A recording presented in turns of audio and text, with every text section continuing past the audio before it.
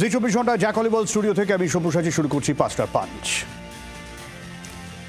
আর পাঁচটা পাঞ্চে আজকে আলোচনার জন্য শুরুতে আমি ডেকে নেব বিজেপির অরিজিৎ বক্সি রয়েছেন আমাদের সঙ্গে, তৃণমূলের সুদীপ রাহাকেও ডেকে নেব। আর পাঁচটা পাঞ্চে আজকে যে বিষয় নিয়ে আলোচনা করব, মঞ্চ সংঘাতের পরদিনই সেনা পুলিশ দ্বন্দ্ব, সিপির গাড়ির পাশ দিয়ে যাওয়ার সময় ট্রাফিক বিধি লঙ্ঘনের অভিযোগ। মহাকরণের সামনে সেনার ট্রাক আটকালো পুলিশ।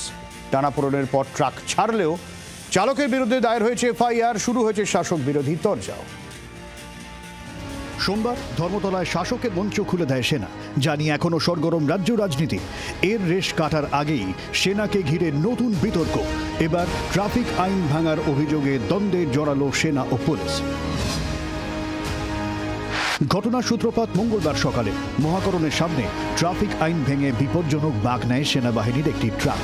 তার ঠিক পিছনে ছিল কলকাতা পুলিশ কমিশনার মনোজ ভার্মার গাড়ি।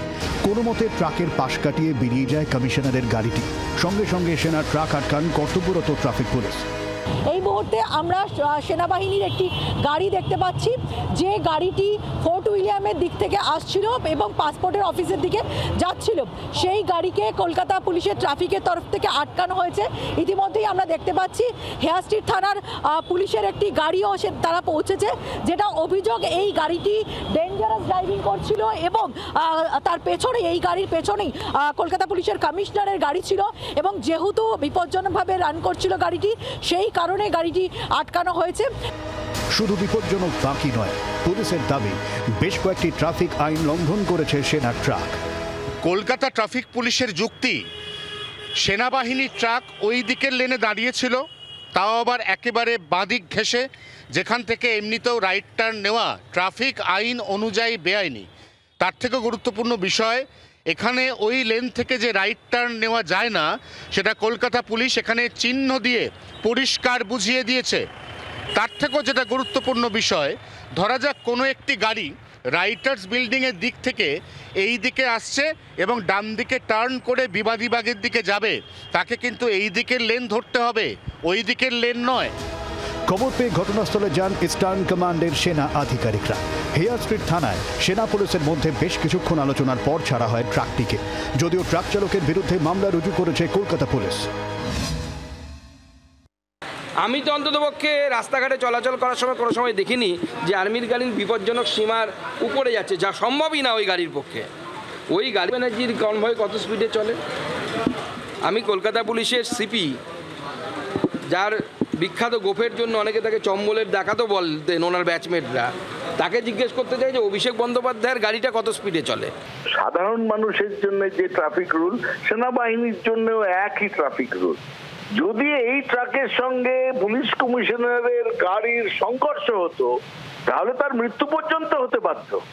আর সেইটা আজকে বিজেপি ছোট করে দেখছে। কি উদ্দেশ্যটা কি এদের? প্রথমে মঞ্চ সংঘাত, এবার বেপরোয়া গাড়ি চালানোর অভিযোগ। ভোটযুদ্ধের আগে সেনাবাহিনীকে কেন্দ্র করে সরগরম রাজ্য রাজনীতি। ক্যামেরায় দীপ দেবাশিসের সঙ্গে অয়ন ও পিয়ালের রিপোর্ট, জি 24 ঘন্টা।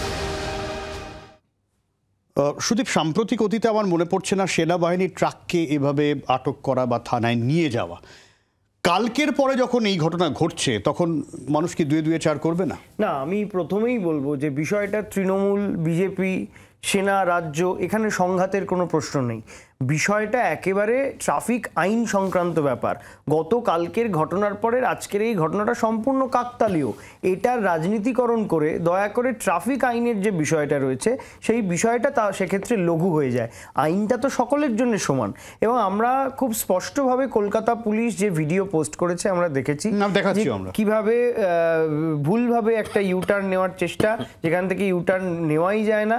এবং তার চেয়ে বিপজ্জনক, পেছনে সিপির গাড়ি রয়েছে, যে কোনো মুহূর্তে একটা দুর্ঘটনা ঘটতে পারত। এখানে ট্রাফিক আইন লঙ্ঘন হয়েছে বলে আজকে এই ব্যবস্থা নেওয়া হয়েছে। পড়ে রইল গতকালকের ঘটনা। দেখুন, গতকালকের ঘটনায় আমাদের বক্তব্য খুব স্পষ্ট।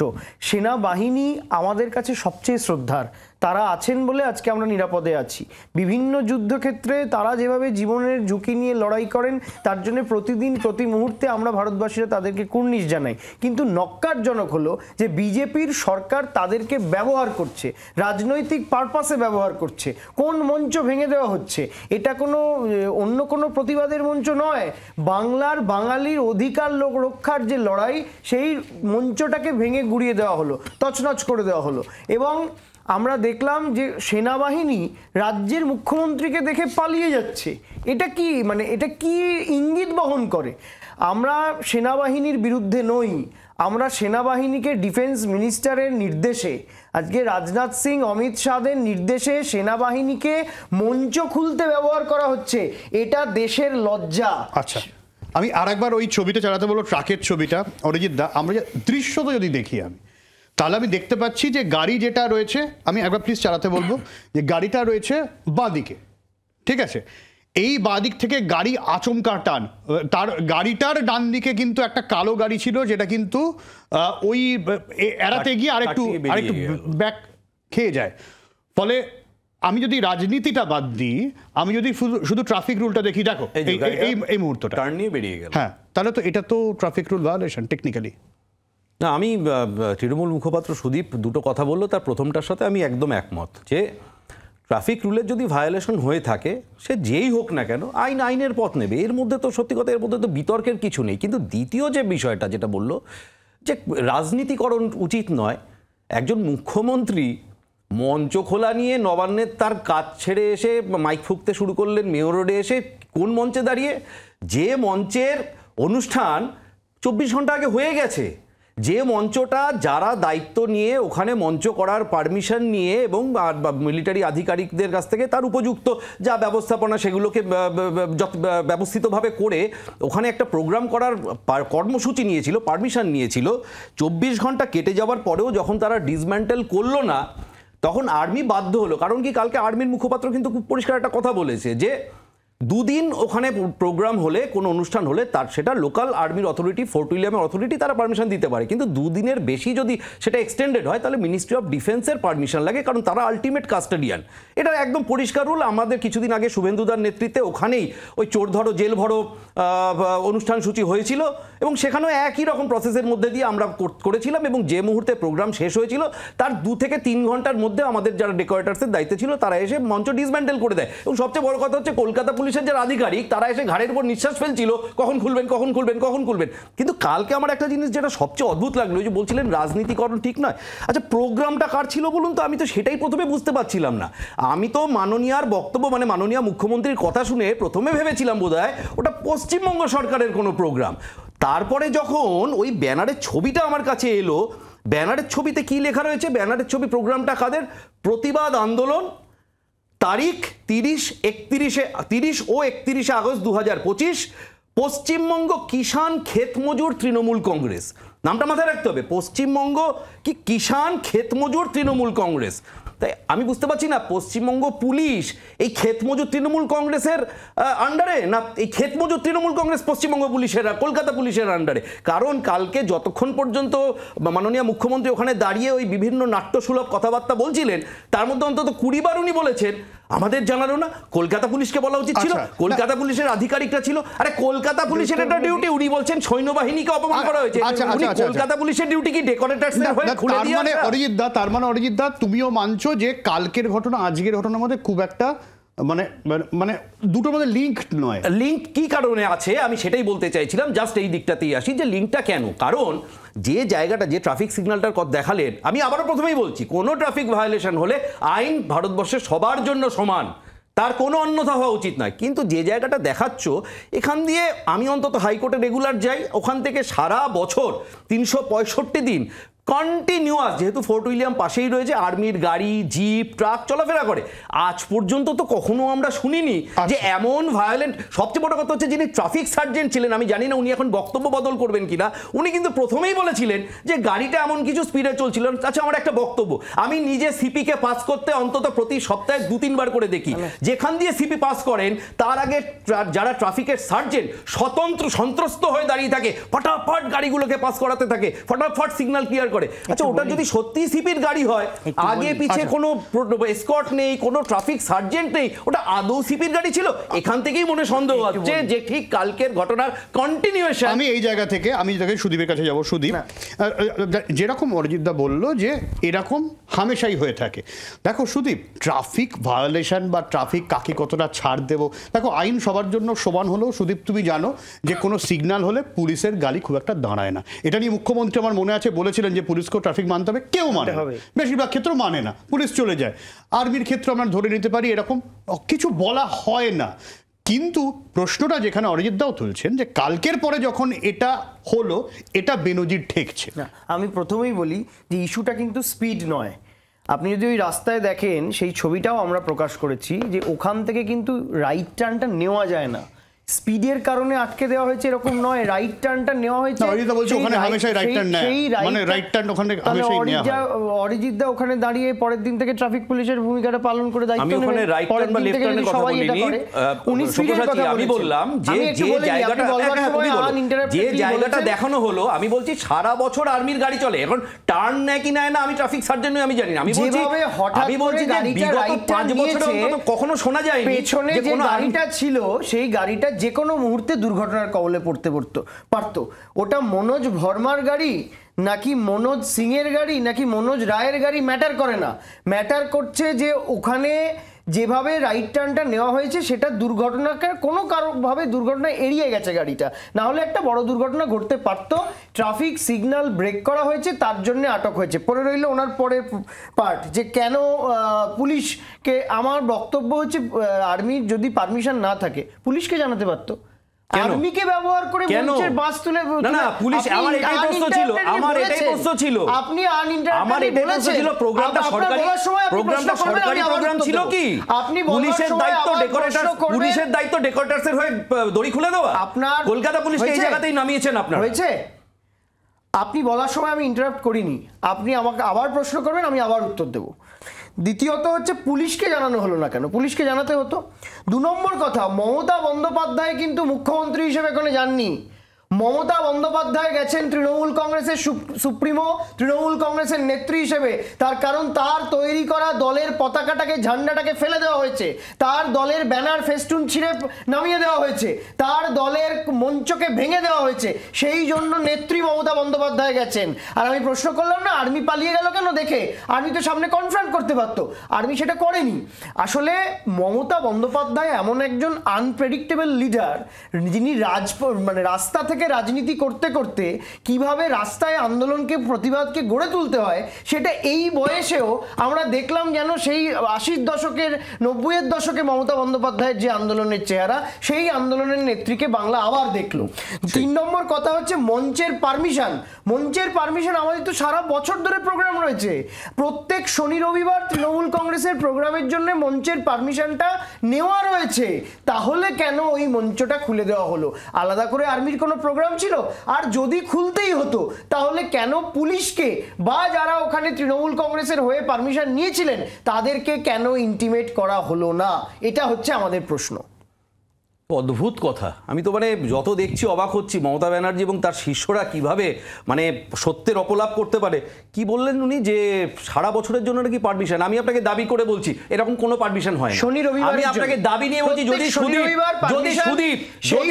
চারটে শনি রবিবার পারমিশন দেখাতে পারে, যদি সুদীপ সেটা আপনাদের প্রস্তাব, সেটা আপনাদের দলীয় প্রস্তাব, আর্মি কোনো পারমিশন দেয়নি এখনো পর্যন্ত, ফালতু মিথ্যা কথা বলছেন। দ্বিতীয় কথা, কালকে এটা হওয়াটা খুব দরকার ছিল এই কারণে, 2 বছরের পর সুপ্রিম কোর্টের গুতুনি খেয়ে 1804 প্লাস সাপ্লিমেন্টারিতে 2 1806 জনের নাম পাবলিশ হয়েছে।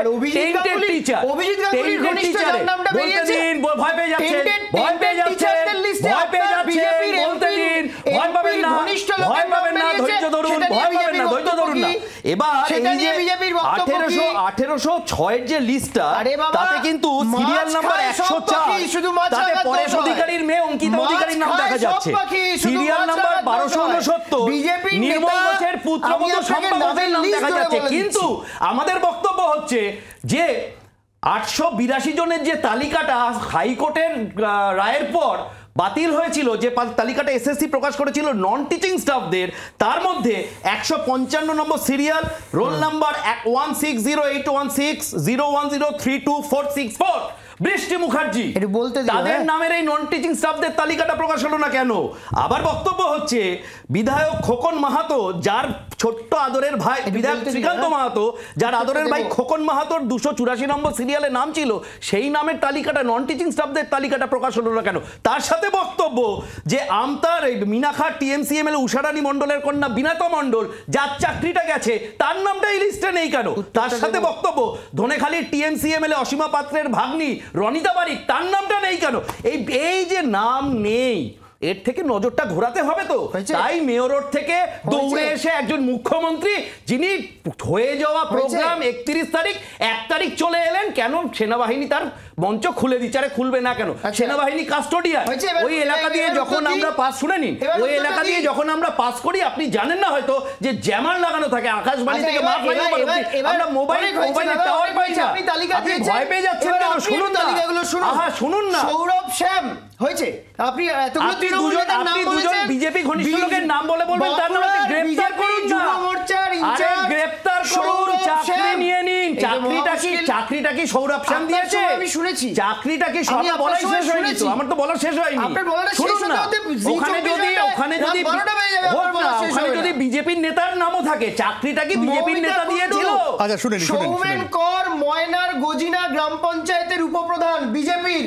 ভালো করে শুনুন, বাংলার দর্শকদের, জি 24 ঘন্টার দর্শকদের বলছি, মাছ খায় সব পাখি, দোষ হয় মাছরাঙার। বিজেপি মাছটা তুলে দিল কে? মাছ যে খাওয়া হয়েছে তাকে অ্যারেস্ট করুন। হ্যাঁ বলেছি তো, মাছটা তুলে দিল কে?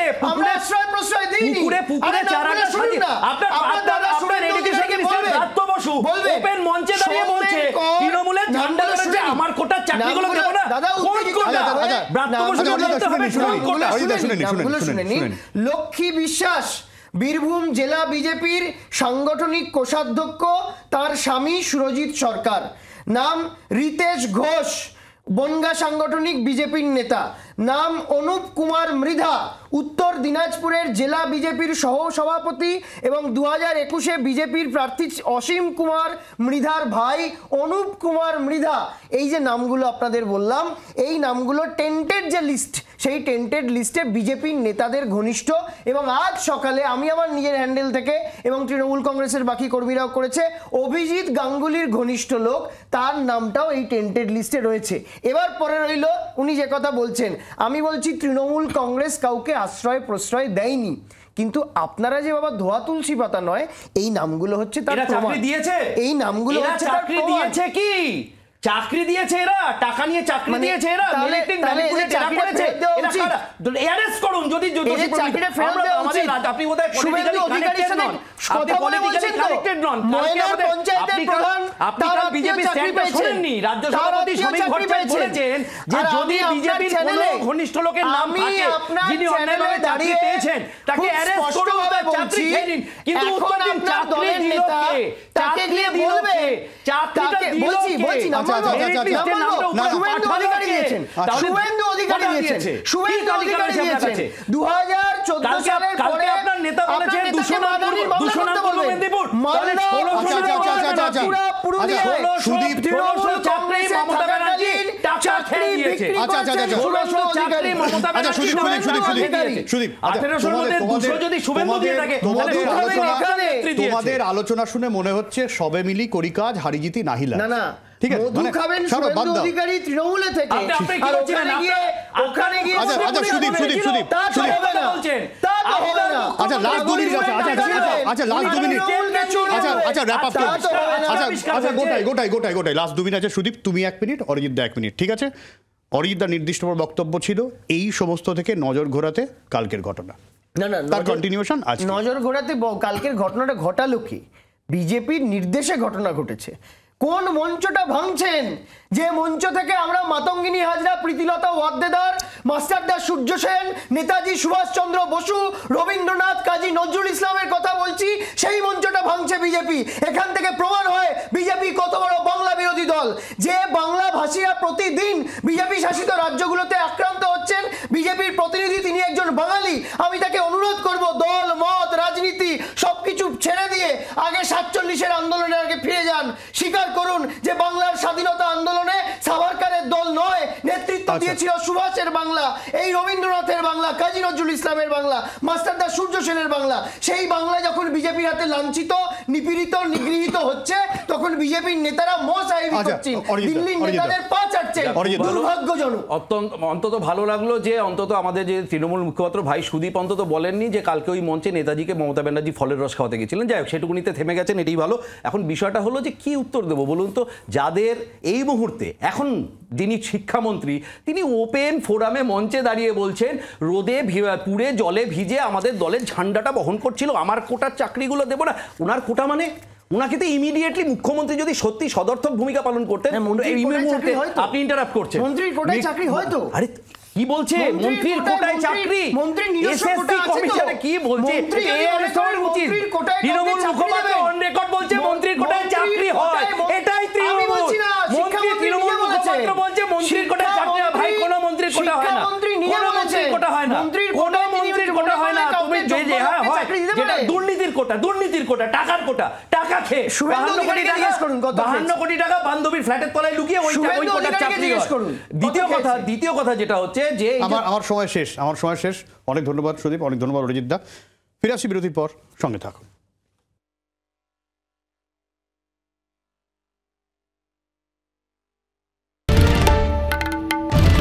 বাংলার আওয়াজ, বাঙালির আবেগ, জি 24 ঘন্টা।